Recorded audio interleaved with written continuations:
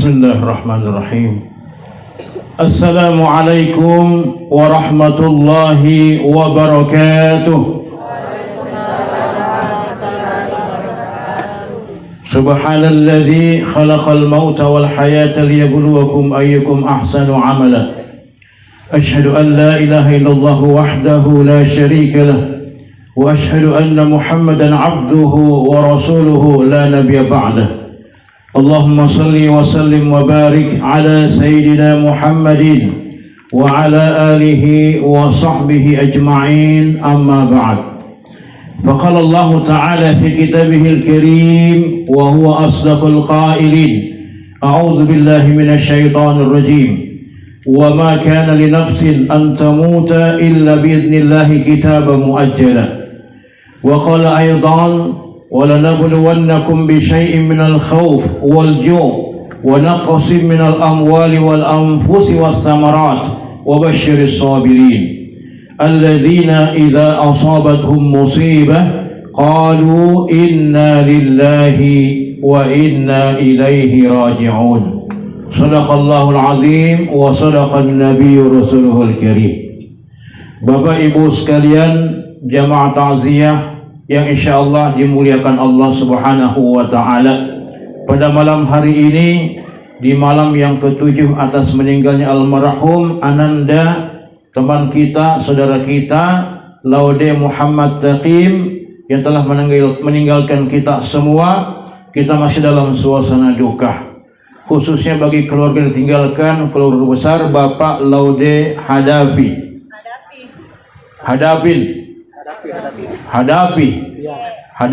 Oh, gitu. Saya kira tadi Hanafi, Pak. Laude Hadapi, ya.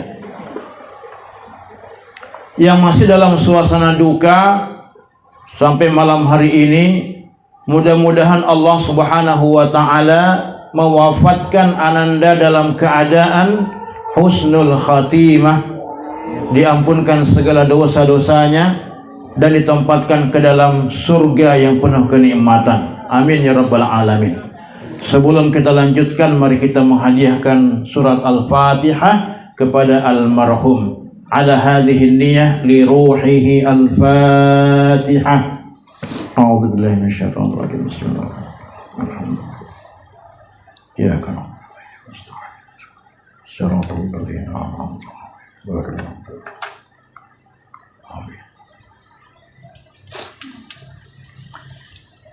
Mudah-mudahan surat Al-Fatihah yang kita kirimkan sampai kepada beliau, Allah Subhanahu wa ta'ala menjadikan salah satu bekal pahala bagi almarhum, insyaallah.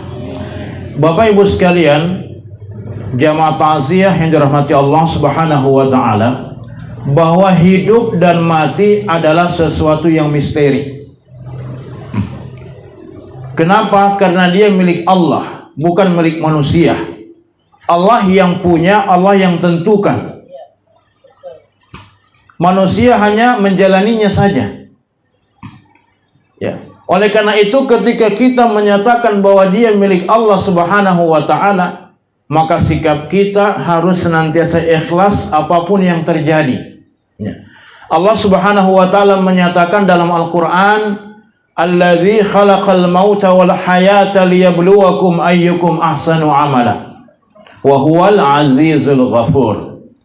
Dialah Allah yang telah menciptakan kehidupan dan kematian dan kehidupan untuk menguji di antara kalian siapakah yang terbaik amalannya. Jadi hidup dan mati itu adalah milik Allah. Dialah yang ciptakan. Untuk apa? Untuk menguji manusia, siapa di antara manusia ini yang paling baik amalnya. Ya. Nah, karena dia milik Allah Subhanahu wa ta'ala, maka sikap kita menghadapi hidup dan mati ini seperti tukang parkir. Biasa kita tukang parkir tuh. Ya. Tukang parkir itu, berapapun jumlah kendaraan yang dia jaga, semewah apapun mobil yang dia jaga, maka dia tidak merasa bangga dan tidak merasa memiliki. Ya. Kenapa? Karena bukan miliknya. Bukan miliknya. Ketika pemilik kendaraan itu datang untuk mengambil kembali kendaraannya, maka dia merelakan kepergiannya. Karena memang bukan miliknya. Kenapa? Karena cuma titipan. Dia cuma dititipi kendaraan. Ya. Yang penting kita bayar memang uang parkirnya. Jangan sampai sekarang itu kalau anak muda bahaya jadi tukang parkir, nah cari-cari mobil tak. Ada. Ya. Jadi hidup dan mati, ya. Sikap kita terhadap hidup dan mati. Hidup ini bukan milik kita, dia cuma titipan. Dia cuma titipan. Hidup ini milik Allah yang Allah titipkan kepada kita. Suatu ketika Allah ingin kembali meminta titipannya, maka kita merelakan kepergiannya. Insya Allah Bapak ikhlaskan kepergian Ananda, Pak ya. Kita pasti merasa sedih. Siapapun ditinggalkan orang yang dicintai merasa sedih. Bahkan ketika Rasulullah SAW ditinggalkan anaknya namanya Ibrahim, ya, itu kan Nabi itu anaknya ada berapa anaknya Nabi? Ya, anaknya Nabi ada 7 anak, ya. Di antaranya adalah Ibrahim. Mungkin yang kita kenal cuma Fatimah, Zahra, ya. Tapi anak beliau itu ada 4 perempuan, 3 laki-laki. 6 dari Khadijah, 1 dari Maryam Al-Qibtiyah, istri beliau dari Mesir. Itu namanya Ibrahim, ya. Nah, Ibrahim ini ketika dalam keadaan masih kecil lah begitu. Ya mungkin sayang-sayangnya orang tua lalu meninggal dunia. Rasulullah bersedih, tapi kesedihan beliau tidak terlalu lama. Kenapa? Karena beliau memahami bahwa hidup itu milik Allah. Maka waktunya ketika Allah mengambil kembali hidup itu, maka dia harus merelakan. Kenapa? Karena kita pun akan mengalami hal yang sama.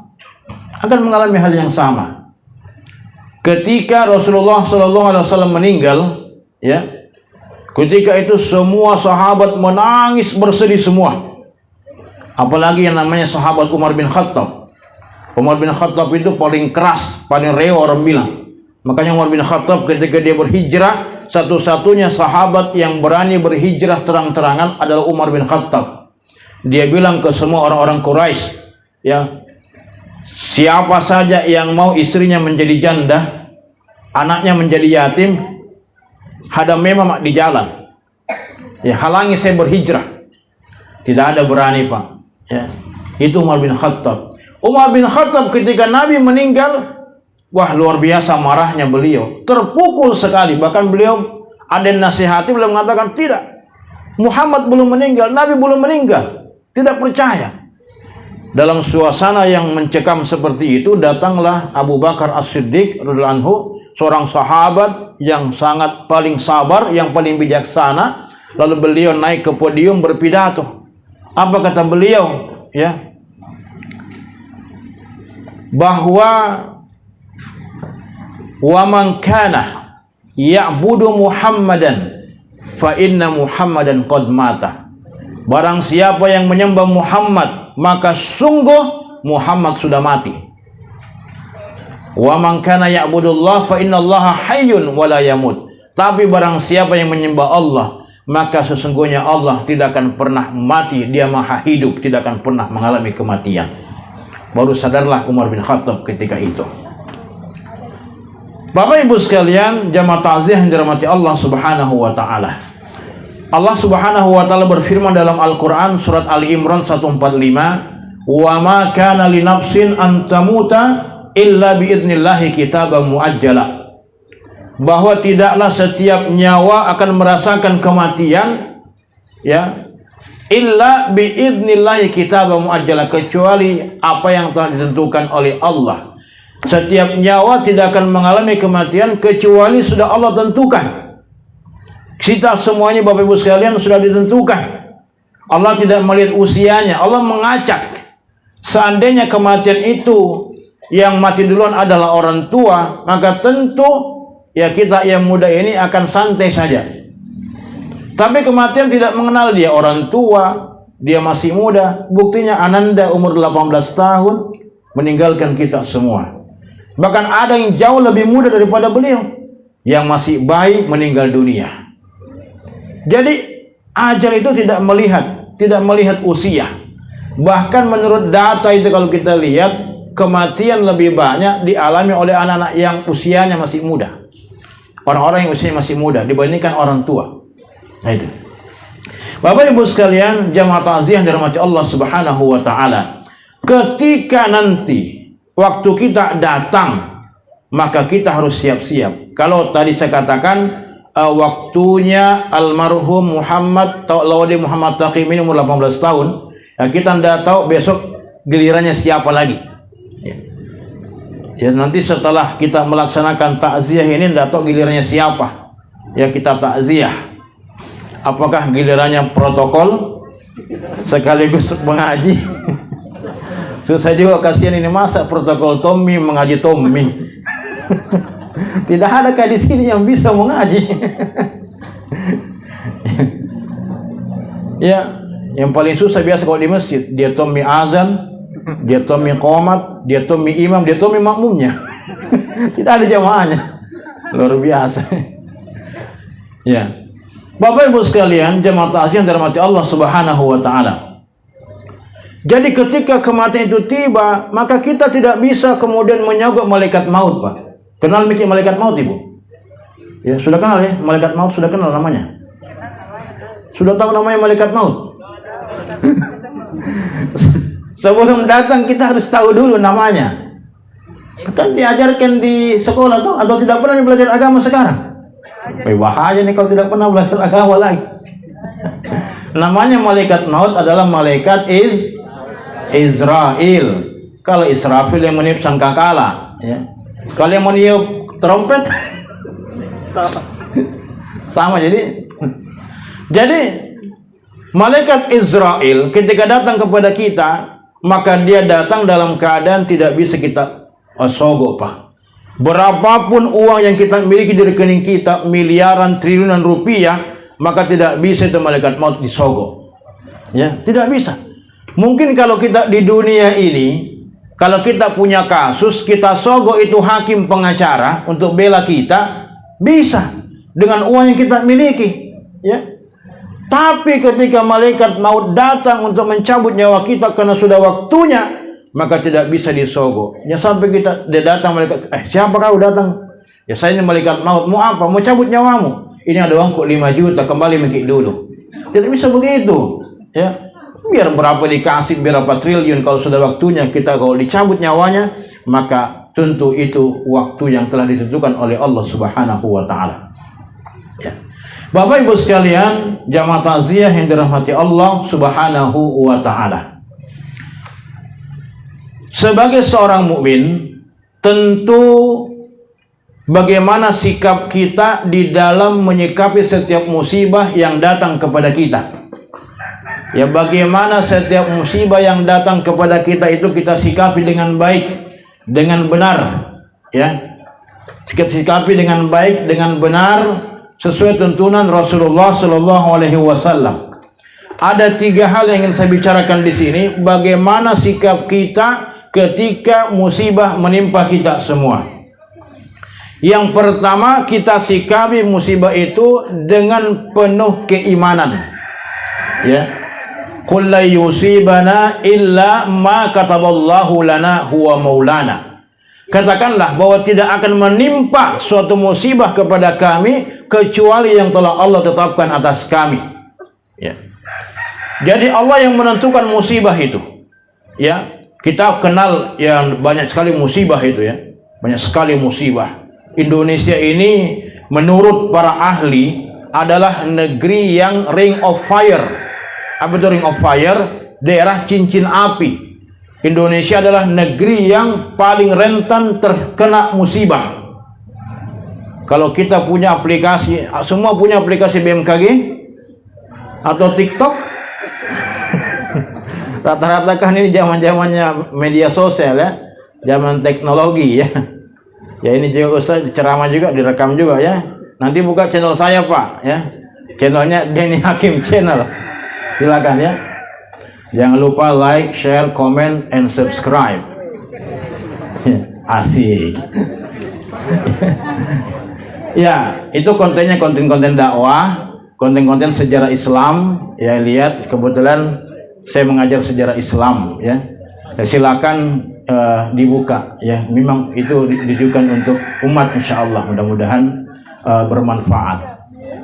Bapak Ibu saudara Allah Subhanahu wa taala. Jadi musibah itu, Indonesia ini negeri yang penuh dengan musibah. Ada tsunami, ada gempa bumi, ada likuifaksi, ya. Ada apalagi angin puting beliung. Kalau kita tidak tinggal di daerah pantai itu ada juga musibahnya, lain-lain macam-macam musibah. Ya, kita mungkin masih ingat di Palu kemarin, ya. Di Palu itu langsung 3 musibah, Pak. Ya, mungkin di sini ada yang orang Palu atau mungkin pernah ke Palu. Kebetulan saya kemarin itu 1 pekan relawan di sana di Palu. Nah, saya lihat itu luar biasa. Ada kan musibah gempa, tsunami, likuifaksi. Ya, ya, saya sempat datang ke daerah-daerah yang itu dikatakan paling parah. Itu di daerah Balaroa, daerah Petobo. Ya, itu Petobo katanya banyak rumah di situ, tapi tenggelam semua. Ya, mungkin 1-2 saja yang masih kelihatan. Saya kebetulan jalan itu lembek sekali tanahnya. Ya, mungkin masih banyak orang yang ya tertanam di situ tidak bisa dievakuasi. Ada juga di daerah Balaroa yang katanya itu kayak di blender orang, kayak di blender. Ya memang kayak luar biasa sekali. Ya, daerah apa namanya Pantoloan. Di Pantoloan itu ada sebuah masjid yang sekelilingnya itu hancur rumahnya, tinggal masjid itu yang bertahan. Luar biasa ini kuasa Allah. Ya. Nah, ya, di situ kita lihat ada orang yang ya rumahnya itu orang Palu, punya rumah di Palu, rumahnya hancur ketika terjadi gempa itu, tapi orangnya tidak meninggal, sehat-sehat di orangnya, Pak. Sehat-sehat. Kebetulan ketika itu sedang di Makassar, jadi terhindar. Tapi ada orang dari Makassar ketika kejadian dia berada di Palu dan meninggal di Palu. Ya, meninggal di Palu, Pak. Ya, itu ada kalau tidak salah guru besar dari UNEM itu yang kebetulan ada acaranya di Palu, ada sebuah kegiatan, tapi bertepatan dengan kejadian gempa bumi itu. Dia hotel, tidak salah tinggal di hotel Roa-Roa yang termasuk hotel yang mahal di situ, dan itu hotel saya lihat memang ambruk. Dan beliau ketika itu berada dalam hotel tersebut dan tertimpa reruntuhan hotel, meninggal. Ya, itu. Ini maksudnya apa, Bapak Ibu sekalian? Bahwa yang namanya ajal itu memang tidak bisa kita tentukan. Allah tentukan. Kita mungkin manusia punya rencana ke sana kemari, tapi kalau Allah sudah tentukan, ya ajal akan menimpa kita. Ya. Manusia yang merencanakan, Allah yang tentukan. Ya, kita mungkin lihat ada seorang mubalik, ya, yang dulu dia pernah merencanakan untuk berdakwah di satu tempat, tapi besoknya sebelum dia berangkat meninggal dunia. Itu banyak sekali kejadian-kejadian seperti itu. Nah, Bapak Ibu sekalian rahmati Allah Subhanahu wa taala, jadi kita sikapi dengan penuh keimanan karena memang musibah itu adalah ketentuan Allah. Maka kita harus mengikhlaskan kepergian orang-orang yang meninggalkan kita semua. Kita ikhlaskan. Kepergian almarhum kita ikhlaskan, ya. Kita tinggal mendoakan saja semoga Allah Subhanahu wa taala memberikan tempat yang baik terhadap almarhum ini. Amin ya rabbal alamin. Kemudian yang kedua, sikap kita terhadap musibah, kita sikapi dengan penuh kesadaran. Sadar bahwa kita ini makhluk yang lemah. Allah maha segala-galanya, kita makhluk yang lemah, tidak punya kuasa apa-apa. Ya.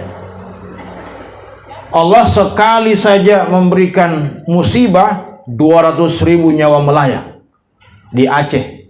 Ya. 2004, akhir 2004, alhamdulillah saya juga kemarin sempat jadi relawan selama hampir sebulan di Aceh itu. Luar biasa itu, Pak. Kebetulan saya ditempatkan di Melabo, itu daerah yang termasuk terparah tsunami-nya. Jadi Melabuh itu adalah daerah yang termasuk daerah bandar, kota ya bandar. Jadi kalau kota pelabuhan. Karena di situ orang-orang kayanya Aceh itu di Melabuh. Nah itu rumah-rumah di pinggir pantai habis semua, kelihatan itu pantai dari jauh. Kenapa? Disapu oleh ombak, disapu oleh tsunami. Radiusnya kalau tidak salah 2 km ya, itu air itu. Dan tingginya ada yang bilang sampai pohon kelapa tingginya. Nah, itu luar biasa loh. Nah, dengan kekuasaan Allah Subhanahu wa taala, kita manusia tidak ada apa-apanya, maka kita tidak boleh menyombongkan diri kepada Allah dan kepada manusia yang lain. Bagaimana sombong itu kata Nabi? Apakah sombong itu adalah kita punya baju yang bagus? Suatu ketika sahabat bertanya, "Ya Rasulullah, saya ini punya baju bagus, apakah saya sombong?" Nabi bilang, "La, bukan itu kesombongan." "Saya punya rumah bagus, apakah itu sombong?" "Ah, bukan itu kesombongan." "Saya punya kendaraan bagus ya Rasulullah, apakah itu kesombongan?" "Oh, bukan itu kesombongan." Ya. Lalu apa sombong itu? Sombong itu adalah batarul haq wa ghamtun nas. Ya, ya maksudnya dorong-dorongnya sampai kena timpa saya. Ya memang ini musim-musimnya angin kencang, Pak. Ya itu saya bilang ini adalah salah satu musibah ini. Ya. Jadi kalau kita tidak kena tsunami atau gempa bumi, ada angin yang bisa kena kita. Gitu. Nah, Bapak Ibu sekalian jemaah tasyian dirahmati Allah Subhanahu wa taala. Jadi sombong kata Nabi itu apa? Yaitu batarul haq wa ghamtun nas. Sombong itu adalah berpaling dari kebenaran dan meremehkan manusia yang lain. Meremehkan manusia yang lain. Ya, kalau kita misalnya dinasihati untuk taat kepada Allah, kita kemudian untuk apa itu sholat, untuk apa itu puasa, ini kita sombong, Pak. Allah tidak melihat rupa kita, bentuk kita. Kalau kita abai dari perintah Allah, kita sombong. Sudah dinasihati tapi tidak mau sadar-sadar, ya sombong namanya itu. Sombong bukan berarti tidak mau ajak bicara orang lain, tidak. Kan kadang-kadang kita ini kalau ada orang yang pendiam, kenapa kok sombong sekali tidak mau bicara sama saya? Bukan sombong itu, karena memang karakternya pendiam. Nah tidak bisa itu dipaksa, namanya karakter. Ya, karakter itu kan masing-masing orang beda-beda. Ada yang cerewet, ada yang pendiam. Coba semua orang itu cerewet semua, rame ini kampung ini. Tidak ada yang mau diam. Jadi itulah Allah ciptakan manusia punya karakter beda-beda. Ya. Jadi itu bukan kesombongan kalau orang banyak diam, tapi jangan juga diam terus ya. Ditanya, diam, tanya. Jangan sampai ini ada masalah kejiwaan. Jangan juga bicara terus, biar di depan tembok bicara toh. Ya panggilkan saja ambulan kalau begitu, Pak. Bapak Ibu sekalian jemaah tasyian dirahmati Allah Subhanahu wa taala. Jadi kata Nabi itulah kesombongan. Berpaling dari kebenaran dan meremehkan manusia yang lain. Meremehkan manusia yang lain. Apa ton jikau itu kalau sudah ada bahasa begitu, Pak. Apa ton jikau, ini bahaya ini. Ini bibit-bibit kesombongan. Itulah iblis begitu. Apa ton jitu Adam itu, kan begitu iblis itu. Nah, ulama kemudian memberikan sebuah penjelasan kepada kita. Memang yang namanya sombong tidak dilihat dari apa yang kita miliki, tapi memang para ulama menjelaskan setidaknya ada 4 hal yang bisa menyebabkan seseorang itu bisa sombong, Bapak Ibu sekalian. Yang pertama karena apa? Ziyadatul mal, bertambahnya harta. Orang kalau banyak hartanya, biasanya itu bibit-bibit kesombongan muncul. Kalau dulu sebelum ada hartanya, nanti kalau ada mobilku, sama-sama pergi ke pasar, nah. Sekalinya ada mobilnya, ya jangankan mengajak, lewat saya tidak. Kan itu biasanya omongannya orang belum kaya begitu. Tuh. Banyak sekali ceritanya. Pas sekalinya dikasih nikmat, sama tong itu korun begitu. Ya, korun itu sebelum dia banyak hartanya, ya dia rajin ibadah. Ya Allah, berikan saya harta yang banyak ya Allah, dengan harta itu saya bisa beribadah kepadamu ya Allah. Itu korun itu. Korun begitu. Sekalinya banyak hartanya, menurut riwayat ada 7 unta yang mengangkut pintu gudangnya, kalau kunci gudangnya 7 onta. Kan kalau dulu itu belum ada ATM. Belum ada ATM kalau dulu kan, kalau sekarang uang tak miliaran, pakai saja rekening sudah cukup, ada ATM kan begitu. Ya. Nah, kalau dulu kan tidak ada, ya. Nah, itu saking banyaknya hartanya itu, kunci gudangnya diangkut oleh 7 ekor unta. Kayak apa itu? Kayaknya itu, ini namanya Qarun. Tapi karena dia kaya, akhirnya dia lupa tujuannya dulu waktu dia berdoa. Dia lupa bahwa Allah yang memberikan kekayaan. Didakwai sama Nabi Musa, dia tidak mau. Disuruh beribadah, tidak mau. Akhirnya dia menyombongkan diri. Maka di situ Allah Subhanahu wa taala ya mengazabnya dengan apa? Menenggelamkan Qarun beserta semua hartanya. Barangkali di situ Tommy itu ada istilah harta karun. Ya, harta karun. Jadi kalau ada orang dapat harta dalam tanah, oh ini harta karun dari Qarun itu, barangkali itu ya, istilahnya begitu. Nah, itu kenapa? Karena sombong. Orang yang bertambah hartanya itu biasanya bibit-bibit kesombongan itu muncul. Apa tuh jikau motormu ya, Supra, saya ini NMAX keluaran terbaru. Nah, kadang-kadang begitu kan. Nah, kadang-kadang karena banyak harta itu seringkali kita membuli orang lain, ya sampai orang itu tersinggung. Itulah yang kadang-kadang menyebabkan terjadinya perkelahian dan sebagainya. Nah, itu. Kemudian yang kedua, yang menyebabkan orang sombong itu kenapa? Karena ziyadatul ilm, bertambah ilmunya. Ya. Ini penyakitnya iblis ini. Iblis itu kan dulu memang sebelum Adam diciptakan oleh Allah, dia adalah makhluk yang paling mulia, yang paling tahu segala sesuatu. Allah ciptakan memang begitu. Nah, sekalinya kemudian Allah menciptakan Adam, ya, maka Allah memberikan pengajaran kepada Adam.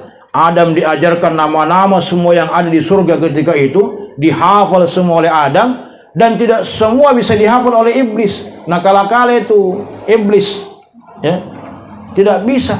Akhirnya apa? Karena sebagai bentuk penghormatan, Allah memerintahkan, wa idz qala rabbuka wa idz qulna lil malaikati isjudu li adama fasajadu illa iblis. Dan ketika kami perintahkan kepada iblis ya, pada para malaikat untuk sujud ya, maka mereka sujud illa iblis, kecuali iblis. Ya, arti kalau begini bahwa sebenarnya itu iblis dulunya adalah bagian daripada malaikat. Ya, tapi karena dia membangkang, aba, dia tidak mau, wastakbara, dan dia menyombongkan diri. Wa kana minal kafirin, dia termasuk golongan orang-orang yang ingkar. Itu kata Allah.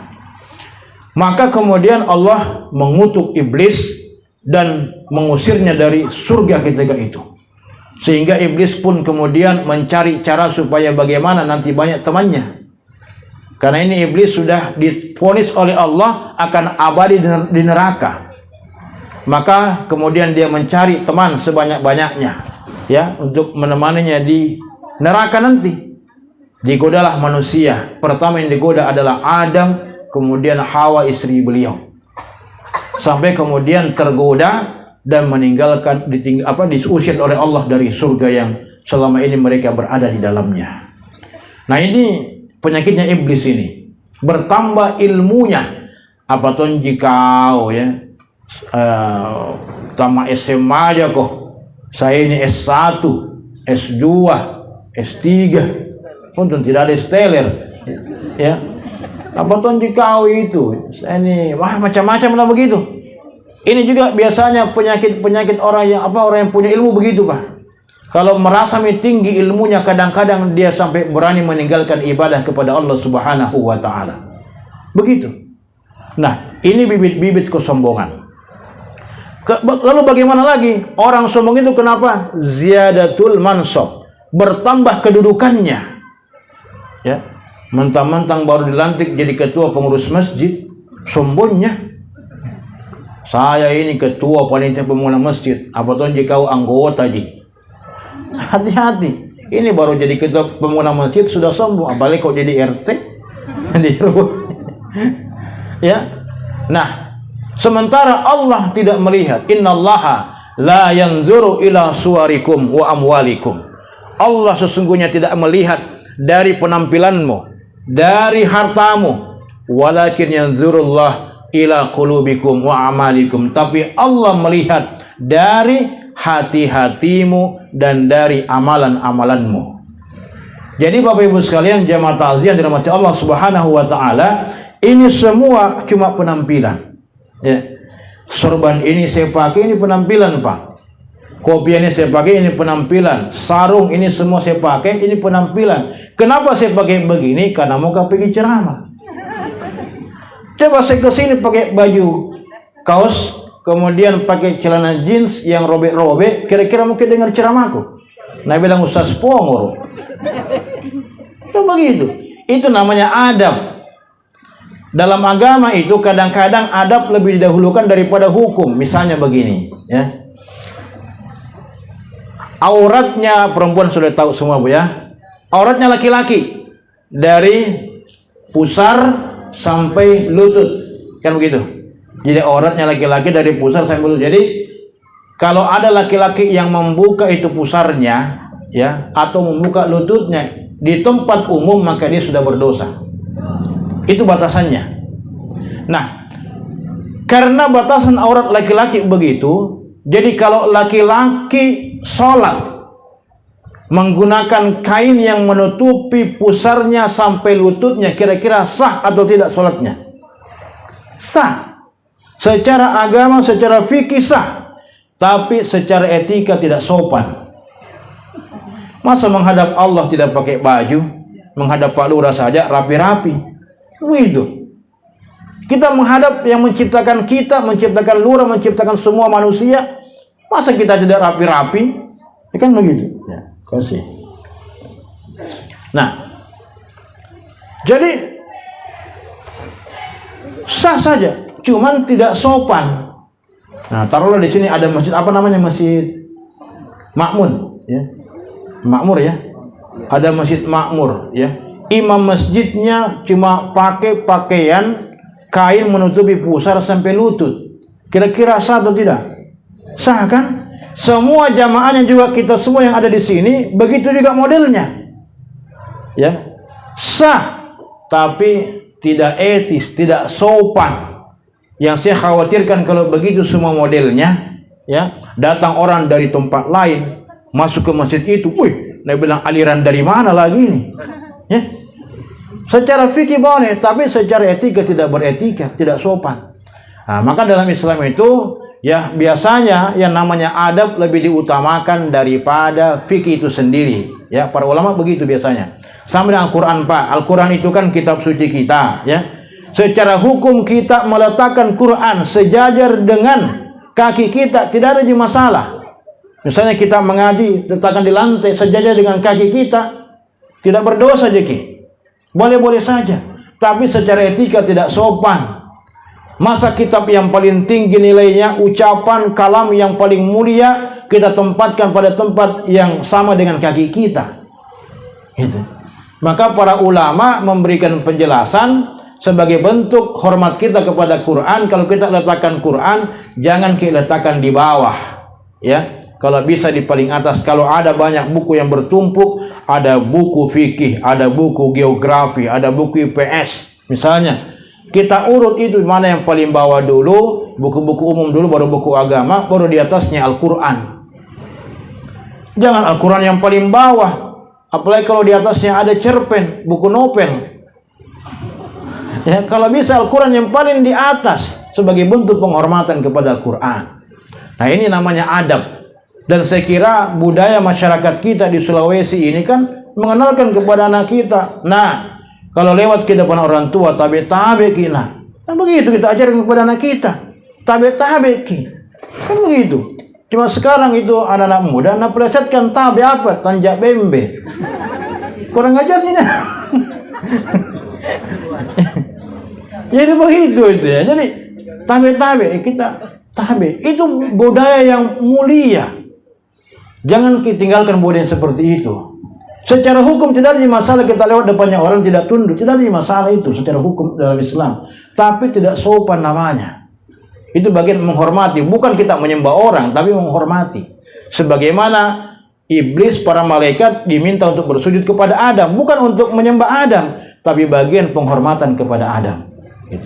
Bapak Ibu sekalian jamaah takziah dirahmati Allah Subhanahu wa taala, yang keempat yang bisa menyebabkan orang sombong ini, hati-hati, yang paling bahaya ini, apa itu? Ziyadatul ibadah, bertambahnya ibadah. Jangan sampai kita merasa banyak salat sunat ta, banyak salat ta, ya, banyak tak, sedekah tak, lalu kita mengatakan, wah memang tuh saya ini yang paling banyak ibadahku dibandingkan orang-orang lain. Hati-hati Pak, hati-hati.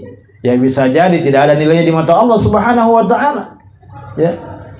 Jangan sampai kita beribadah puluhan tahun, ya, tapi karena sedikit saja perbuatan kita yang menyepelekan, akhirnya apa? Allah tidak menerima ibadah kita itu. Ada sebuah cerita, dua bersaudara, satu ahli ibadah, satu ahli maksiat. Ya, yang satu saudaranya rajin ibadah, semua kebaikan dia lakukan. Tidak ada kebaikan yang tidak dilakukan. Yang satu ahli maksiat, semua kemaksiatan dilakukan. Tapi apa yang terjadi? Ya, yang ahli ibadah ini, dia meninggal dalam keadaan bermaksiat kepada Allah Subhanahu wa taala, dilemparkan ke dalam nerakanya Allah. Yang ahli maksiat meninggal dalam keadaan taat kepada Allah, dimasukkan ke dalam surganya Allah Subhanahu wa taala. Ini dua bersaudara. So, ini ceritanya begini. Jadi ini sudah 40 tahun dia beribadah, ya. Saudaranya bermaksiat. Lalu dia mengatakan, saya ini sudah banyak ibadahku, kebaikan, semua kebaikan kulakukan. Sementara saudaraku begini modelnya. Lalu dia punya kepikiran begini, mau tongkat saya seperti saudaraku deh. Nah, mau tongkat coba-coba. Kan nanti saya bisa minta ampun kepada Allah. Allah kan Maha Pengampun. Bayangkan. Akhirnya dia berjalan menemui saudaranya, di tengah jalan meninggal dalam keadaan bermaksiat. Semua ibadahnya selama 40 tahun dihapus oleh Allah Subhanahu wa taala. Dia dimasukkan ke dalam nerakanya Allah Subhanahu wa taala. Sebaliknya saudaranya ini, ya, yang ahli maksiat, dia juga berpikir, saya ini sudah lama bermaksiat, sementara saudara saya beribadah, mau tongkat ikuti saudaraku deh. Siapa tahu Allah mengampunkan dosaku. Dia pun bertobat ketika itu, dan dia ingin menemui saudaranya yang katanya sedang beribadah padahal tidak. Ya, di tengah jalan dia pun meninggal dunia dalam keadaan bertaubat, dalam ketaatan kepada Allah Subhanahu wa taala, dan dia pun masuk ke dalam nerakanya Allah, dalam surganya Allah Subhanahu wa taala. Jadi maksudnya ini ceritanya begini Pak, Ibu, bahwa kita ini tidak ada jaminan ya, tidak ada jaminan kita ibadah ini Allah memasukkan kita ke dalam surga. Lalu kalau begitu tidak usah ibadah, Ustaz. Tidak juga begitu. Yang ibadah saja tidak ada jaminan, apalagi yang tidak. Kan logikanya begitu. Jangan kita balik logika itu. Ya. Nah, kita ibadah, kita masuk surga Allah itu, kita masuk ke dalam surganya Allah itu kan karena rahmatnya Allah, ridhonya Allah. Ya, biar banyak ibadah kita, tapi kalau kita tadi sombong, ya, Allah tidak berikan rahmatnya, Allah tidak ridho, ya, maka Allah tidak terima ibadah kita. Biar sedikit saja ibadah kita, tapi Allah ridho, Allah masukkan ke dalam surganya. Makanya kan dalam Al-Quran tadi, alladzi khalaqal mauta wal hayata liyabluwakum ayyukum ahsanu amala, untuk menguji di antara kalian siapa yang terbaik amalnya, bukan liyabluwakum ayyukum aksaru amala, bukan siapa di antara kalian yang paling banyak amalnya. Nah itu beda antara yang paling baik dan yang paling banyak. Allah tidak melihat banyak ya, tapi yang paling baik yang mana sesuai dengan ketentuan Allah dan Rasulnya, dan tentu dibarengi dengan niat ikhlas karena Allah Subhanahu wa taala. Itu sebenarnya. Bapak Ibu sekalian, jamaah takziah dirahmati Allah Subhanahu wa taala, itu sikap yang kedua, bahwa kita sadar bahwa kita makhluk yang lemah, maka jangan kita menyembuhkan diri di hadapan Allah dan di hadapan manusia yang lain. Kemudian yang ketiga, sikap kita tentang musibah, menyikapi musibah yang datang kepada kita adalah kita sikapi dengan penuh kesabaran. Bahwa Allah hendak menguji kesabaran kita Bapak Ibu sekalian. Dalam Al-Quran Allah Subhanahu wa taala menyatakan, wala nabluwannakum bi syai'in minal khauf wal ju' wa naqsin minal amwali wal anfusi was samarat wa basyiris sabirin alladzina idza asabathum musibah qalu inna lillahi wa inna ilaihi raji'un. Sungguh kami akan menguji kalian dengan sedikit ketakutan, sedikit kelaparan, kekurangan harta, kekurangan jiwa, ada yang meninggal di antara kalian, kekurangan buah-buahan, dan berikanlah kabar gembira kepada mereka yang bersabar. Siapa itu? Alladzina idza asabathum musibah, yaitu orang-orang yang ketika mereka tertimpa musibah mereka mengucapkan inna lillahi wa inna ilaihi raji'un, bahwa sesungguhnya kami datang dari Allah dan kami akan kembali kepada Allah. Ini namanya kalimat istirja, mengembalikan segala sesuatu kepada Allah. Jadi Bapak Ibu sekalian, ketika Allah itu mengajarkan kepada kita kalimat-kalimat yang ketika kita mendapatkan dalam setiap momen itu, kalau kita ucapkan kalimat itu insya Allah berpahala. Kalau kita mendapat nikmat, apa kita bilang? Alhamdulillah, kan gitu. Kalau melihat sesuatu yang menakjubkan, Masya Allah, Subhanallah, kan kita ucapkan begitu. Kalau kita berbuat kesalahan, Astagfirullah, ya begitu. Kalau dapat musibah, inna lillahi wa inna ilaihi raji'un, ya. Jadi jangan bilang, jadi musibah itu datang dalam bentuk apa saja. Misalnya musibah taruhlah mati lampu misalnya, kan itu kan musibah. Musibah itu artinya apa sih? Musibah itu kan adalah sesuatu kejadian yang memang manusia tidak suka kalau terjadi, ya. Kalau meninggal, innalillahi wa inna ilaihi raji'un. Mati lampu, innalillahi wa inna ilaihi raji'un. Jangan bilang kurang ajar ini PLN ini, ya. Jangan bilang begitu, kasihan orang di sana setengah mati kerja, perbaiki instalasinya, kita bangki-maki dia, ya. Nah, jadi itu yang kita ucapkan, innalillahi wa inna ilaihi raji'un. Bapak Ibu sekalian, jamaah ta'ziah dari Allah Subhanahu wa taala.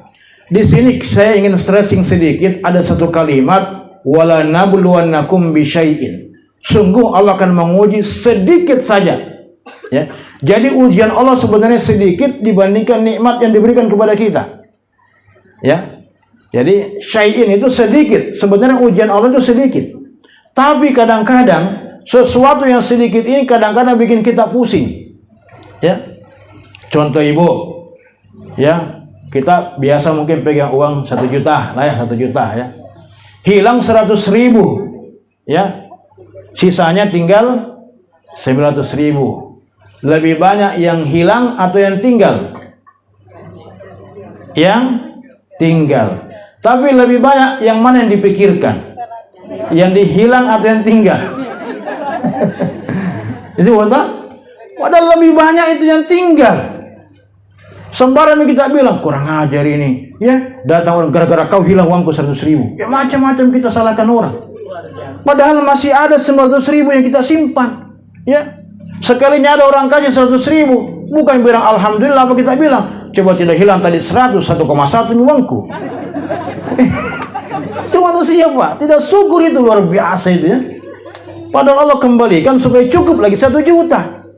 Nah, inilah manusia. Ya, itu tidak ada syukurnya, kadang-kadang begitu. Nah, jadi macam-macam, luar biasa. Bapak Ibu sekalian rahmati Allah Subhanahu wa taala, maka terimalah apapun bentuk musibah yang menimpa kita dengan ikhlas, dengan penuh keimanan, dengan penuh kesadaran, karena kita makhluk yang lemah, dan penuh kesabaran. Mudah-mudahan apa yang kami sampaikan ini setidaknya memberikan manfaat buat kita semua, khususnya bagi keluarga almarhum Ananda Laude Muhammad Taqim, dan keluarga yang ditinggalkan diberikan ketabahan, keimanan yang bertambah, dan kesabaran di sisi Allah Subhanahu wa taala. Bahwa ingatlah, tidak ada yang menimpa kematian kepada seseorang kecuali itu semua atas izin Allah Subhanahu wa taala. Sekali lagi, semoga Ananda wafat dalam keadaan husnul khatimah, diampunkan segala dosa-dosanya, dan ditempatkan ke dalam surganya Allah Subhanahu wa taala. Amin ya rabbal alamin. Mari kita berdoa kepada Allah Semoga kita semua diberikan kebaikan oleh Allah Subhanahu wa taala. Ala hadhihi niyyah li ruhihi al-Fatihah. A'udzu billahi minasyaitonir rajim. Ya kana. Shiratal. A'udzu billahi minasyaitonir rajim. Bismillahirrahmanirrahim. Allahumma ighfir lana wa li walidayna warhamhuma kama rabbawna shighara. Allahumma ighfir lahu warhamhu wa'afihi wa'fu anhu wa akrim nuzulahu wasi' mudkhalahu. Allahumma rabbana hab lana min azwajina wa dhurriyyatina qurrata 'aynin waj'alna lil muttaqina imama.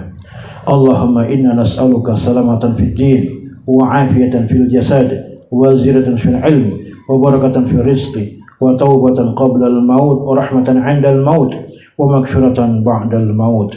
Allahumma hawwin 'alaina fi syakaratil maut wan najata minan nar wal 'afwa 'indal hisab. Allahumma ja'al awladana kulluhum salihatan wa ta'atan. Allahumma rabbana zalamna anfusana wa illam taghfir lana wa tarhamna lanakunanna minal khasirin. Rabbana innana sami'na munadiyan yunadi lil imani an aminu bi rabbikum fa amanna. Allahumma rabbana atina fid dunya hasanah wa fil akhirati hasanah wa qina adzaban nar. Subhana rabbika rabbil izzati amma yasifun wa salamun alal mursalin walhamdulillahi rabbil alamin. Demikianlah apa yang kami sampaikan. Terima kasih atas segala perhatian, mohon maaf atas segala kekurangan. Usikum wa nafsi bi taqwallah faqad fazal muttaqun. Wassalamu alaikum warahmatullahi wabarakatuh.